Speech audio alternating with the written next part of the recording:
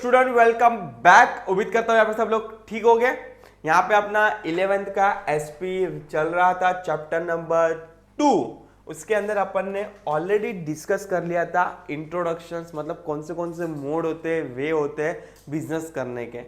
तो ऑलरेडी अपन ने soul trading, बाद में हिंदू अनडिवाइडेड फैमिली और पार्टनरशिप पे क्या किया था, कंक्लूड किया था। जिन बच्चों ने प्रीवियस वाले वीडियोस नहीं देखे, प्लीज बच्चे लोग प्रीवियस वाले वीडियोस जरूर देखिए, क्योंकि पार्टनरशिप पे क्वेश्चंस आते हैं, तो प्लीज जरूर देखना। और खाली प्रीवियस वाले सभी वीडियोस आपको देखने, एक भी स्किप नहीं करना। मैं 30 मिनट्स के वीडियोस बनाता हूँ, ठीक है। अभी भी चैनल को सब्सक्राइब नहीं किया तो फर्स्ट ऑफ ऑल प्लीज बच्चे लोग चैनल को जरूर सब्सक्राइब कीजिए, लाइक कीजिए, शेयर कीजिए, क्योंकि बहुत सारे बच्चे लोग मुझे पूछते हैं कि सर ये वाला वीडियो कभी आके चला गया, क्योंकि वो बच्चे ने सब्सक्राइब किया नहीं होता है, इसलिए ये ट्रबल होता है। तो प्लीज बच्चे लोग सब्सक्राइब कीजिए अगर हम लोग से जुड़े रहना है तो, और अपडेट रहना है, मतलब जैसे ही वीडियो आ जाता है और ये 30 मिनट्स पहले आपको अपडेट आ जाएगी, तो प्लीज सब्सक्राइब कर लीजिए। थैंक यू, ठीक है। चलो let's start. Limited liability partnership, government ने ना एक नया कंसेप्ट इंट्रोड्यूस किया था 2008 में, जो था लिमिटेड लायबिलिटी पार्टनरशिप। देखो पार्टनरशिप करके कंसेप्ट अपन ने ऑलरेडी पढ़ा था। पार्टनरशिप करके कंसेप्ट था और कंपनी करके कंसेप्ट पहले से था। पार्टनरशिप का पहले से कंसेप्ट था और कंपनी का भी पहले से कंसेप्ट था, बट सर्टन चीजें है ना ऐसे हो रही थी कि जहां पे पार्टनरशिप को बेनिफिट था, कंपनी को सर्टन बेनिफिट थे, इसको सर्टन डिसएडवांटेज है, जो इसके एडवांटेज थे। तो कंपनी ने क्या बोला कि इन दोनों का एक कॉम्बिनेशन निकालते। क्या निकालते? इन दोनों का एक कॉम्बिनेशन निकालते। वो कॉम्बिनेशन का मतलब ये लिमिटेड लायबिलिटी पार्टनरशिप। देखो नाम में लिखा है पार्टनरशिप, मतलब पार्टनरशिप तो है। अभी लिमिटेड लायबिलिटी मतलब जहां पे लायबिलिटी क्या हो जाएगी, लिमिटेड हो जाएगी।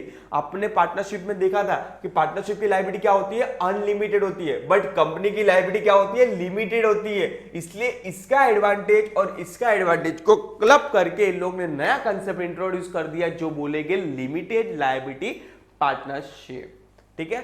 चलो let's start. Limited liability partnership is a combination of the features of the both partnership and joint stock company.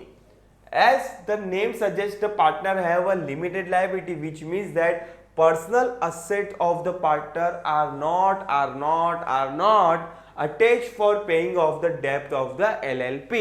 कल उठ के LLP में लॉस हो जाता है बड़ा, और सपोज कि फॉर एग्जांपल LLP की सभी असेट को बेच के भी आउटसाइडर को लायबिलिटी पे नहीं कर पाती, तो पार्टनर्स को अपने जेब से एक भी रुपया देना नहीं है। इसलिए बोला, ध्यान से पढ़ो वापस से, इसलिए तो वर्ड यूज किया लिमिटेड लायबिलिटी, ठीक है। देखो क्या लिखा है, as the name suggest the partner have a limited liability, which means that personal asset of the partner, मतलब पार्टनर्स की पर्सनल असेट अटैच नहीं होगी, are not attach for paying off the डेप्ट ऑफ द LLP। LLP का अगर डेप्ट मतलब liabilities अगर suppose कि ज्यादा हो गई, तो पार्टनर्स अपने जेब से कुछ भी एक भी रुपया नहीं लाएगा। जितना उसका कंट्रीब्यूशन बनता है एज पर द एग्रीमेंट, उतना ही वो लायबल है, उससे ज्यादा एक रुपया सिंगल पैसा भी लाएगा नहीं। Nowadays, it is become a very popular form of business. All the limited liability partnership are governed by the Limited Liability Partnership Act 2008. Let's see इसके फीचर्स क्या है। The limited liability partnership is a separate legal entity. Of course, नाम में लिखा है limited liability, जहां पे liability limited आ जाती है, वहां पे लीगल स्टेटस क्या हो जाता है, अलग हो जाता है। मैंने तुम लोग को पहले भी बोला था, ठीक है। हमेशा ये दो पॉइंट को क्या पढ़ना है, आपको साइमल्टेनियसली पढ़ना है कि जहां पे लायबिलिटी लिमिटेड, वहां पे लीगल स्टेटस क्या हो जाता है, अलग हो जाता है। तो limited liability partnership is a separate legal entity that is the body corporate. The LLP and partners are distinct from the each other, मतलब LLP के पार्टनर्स और partnership form, LLP partnership form, वो दोनों क्या है, कानून की नजर में अलग है। नंबर ऑफ पार्टनर्स मिनिमम 2 तो चाहिए और मैक्सिमम अनलिमिटेड। देखो पार्टनरशिप फॉर्म में अपन ने देखा था कि मिनिमम 2, वहां पे भी 2 थे, पर मैक्सिमम वहां पे 50 थे। यहाँ पे कोई लिमिट नहीं, कितने भी LLP के अंदर आप क्या कर सकते हो, पार्टनर्स ला सकते हो। No requirement of minimum capital contribution, कोई रिक्वायरमेंट नहीं कि आपको 1 लाख रुपए लाना है, 50,000 लाना है, 10 लाख लाना है, कोई रिक्वायरमेंट ऐसी नहीं है। It is a simple to form and easy to operate, यहाँ पे जरा भी रेस्ट्रिक्शंस नहीं, आप इजीली क्या कर सकते हो, ऑपरेट कर सकते हो। The liability of the each partner is limited to his share as is written in the agreement, agreement के अंदर जो लिखा रहेगा उसके अंदर जितना भी कंट्रीब्यूशन उसका बनता है उतना ही वो क्या करेगा, उतना ही वो कंट्रीब्यूट करेगा और उतने तक ही वो क्या करेगा, लायबल होगा। Next, it has a low cost of formation, इसको फॉर्म करना, फॉर्मेशन का मतलब होता है इनकॉर्पोरेशन। अगर ये कंपनी अरे एलएलपी को इनकॉर्पोरेट करना है, सॉरी क्या लिख रहा हूं, इनकॉर्पोरेशन ना, इनकॉर्पोरेशन, अगर इसको फॉर्मेशन मतलब इनकॉर्पोरेट करना है तो इसका कॉस्ट भी बहुत क्या है, मिनिमल है। There is no restriction on a joining और leaving of the LLP except as stated in the partnership agreement, मतलब कोई भी पार्टनर को आना है क्या तो किसी एग्जिस्टेंट को जाना है तो ऐसा कोई रेस्ट्रिक्शन नहीं, बट हाँ आपको एलएलपी के अंदर जो भी लिखा रहेगा वो फॉलो करना पड़ेगा। और double taxation is avoided, there is no tax on the share in profit, मतलब एलएलपी के अंदर जो भी प्रॉफिट हो रहा है पार्टनर्स को उस पर टैक्स भरना कंपलसरी नहीं है, मतलब अवॉइडेबल, मतलब अगर सपोज कि फॉर एग्जांपल एलएलपी ने अगर टैक्स भर दिया है और टैक्स भरने के बाद जो प्रॉफिट आता है वो क्या होता है, डिस्ट्रीब्यूट हो जाता है पार्टनर के बीच में, तो जो पार्टनर को प्रॉफिट मिलता है उसको उस पर टैक्स भरने की कोई जरूरत नहीं है। ठीक है, तो ये फीचर्स हो जाएगा किसके, आपके एलएलपी के। Let's start features of cooperative society. Let's see, देखते हैं। देखो अभी कोऑपरेटिव सोसाइटी जहां पे अपन रह रहे हैं वो क्या है, कोऑपरेटिव सोसाइटी है, सब बिल्डिंग्स एंड ऑल जो जिसमें आप रह रहे हो वो क्या है, कोऑपरेटिव सोसाइटी है। तो वो भी एक टाइप का क्या है, बिजनेस ही है, मतलब वो एक टाइप का क्या है, आप बोल सकते हो कंपनी है, जहां पे जब सब मेंबर्स जो होंगे सोसाइटी के अंदर, ओनर वो क्या हो गए, शेयर होल्डर हो गए, वो कोऑपरेटिव सोसाइटी के अंदर। देखना अगर आप सब अपने डैड को पूछना, पप्पा को पूछना कि सोसाइटी से आपके पप्पा को शेयर सर्टिफिकेट मिला रहेगा, शेयर सर्टिफिकेट मतलब आप इतना शेयर होल्ड कर रहे हो ये सोसाइटी के अंदर, समझ में आ रहा है कि नहीं। तो कोऑपरेटिव सोसाइटी भी एक क्या है, एक एसोसिएशन बोल सकते हो, वॉलंटरी एसोसिएशन है, बट हाँ आपको कोऑपरेटिव सोसाइटी के जो भी महाराष्ट्र हो गया, सभी अलग अलग स्टेट के अपने अपने रूल्स एंड रेगुलेशन से वो क्या करने पड़ेंगे, फॉलो करने पड़ेंगे। A cooperative society is a voluntary association of a person formed to achieve a certain economic objective.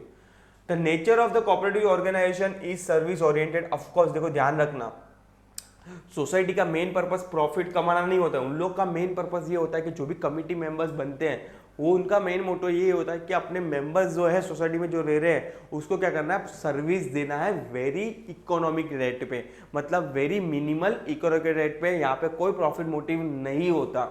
Yes, यहाँ पे जो मोटिव होता है वो कौन सा ओरिएंटेड होता है, सर्विस ओरिएंटेड होता है, ऑब्जेक्टिव्स में ध्यान रखना।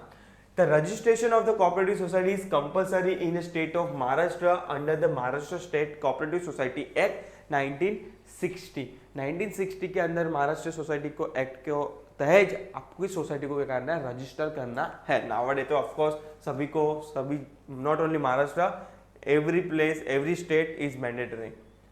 आगे देखें, इसके फीचर्स देखते हैं। रजिस्ट्रेशन इज कंपलसरी, पहले बोला कोई भी स्टेट हो उससे कोई नेसेसरी नहीं है, रजिस्ट्रेशन तो कंपलसरी करना ही है। Membership of the cooperative society is open to all, यहाँ पे कोई रेस्ट्रिक्शंस नहीं होंगे कि आप ये कास्ट के हो तो आप ये सोसाइटी में फ्लैट नहीं ले सकते, और फ्लैट नहीं लेगे तो आप मेंबर नहीं बन सकते। जो जो फ्लैट का ओनर रहेगा वो मेंबर बनने के लिए क्या है, कैपेबल है, और ना तो कोई भी कास्ट कोई भी जेंडर को बाइफिकेशन नहीं देता। यस, तो यहाँ पे वो मेंबरशिप क्या है, open to all. Number of member की बात करो तो मिनिमम 10 मेंबर होने चाहिए जब भी रजिस्ट्रेशन करने जा रहे हो। तभी आप कोऑपरेटिव सोसाइटी में रजिस्ट्रेशन करने जाते हो तो मिनिमम कितने मेंबर होने चाहिए, 10 होने चाहिए, और मैक्सिमम के लिए कोई लिमिट नहीं है, no limit. Yes, the liability of member is in a cooperative society is limited, यहाँ पे जो लायबिलिटी होगी वो क्या होगी, लिमिटेड होगी, मतलब मेंबर्स के जितने शेयर्स हो गए उतने तक ही वो मेंबर लायबल है, उससे ज्यादा 1 रुपया भी लायबल नहीं है। It differs from the other form of organization as its main aim is not maximization of profit but to provide a service to its member। अभी ये क्या बोला सेंटेंस, इसका जो ऑर्गेनाइजेशन का पर्पस है वो बाकी सब ऑर्गेनाइजेशन से अलग है, जैसे कि सोल ट्रेडिंग से अलग है, पार्टनरशिप फॉर्म से अलग है, लिमिटेड लाइबिलिटी पार्टनरशिप से अलग है, कंपनी से अलग है। क्यों?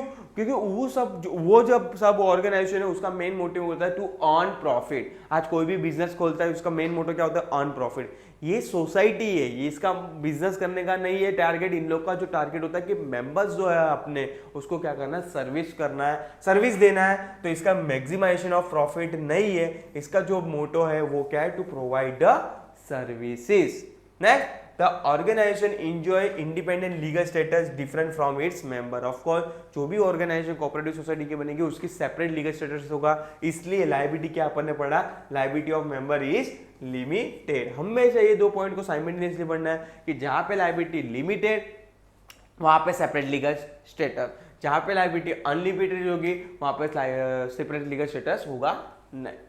The management of the cooperative organization is democratic in nature.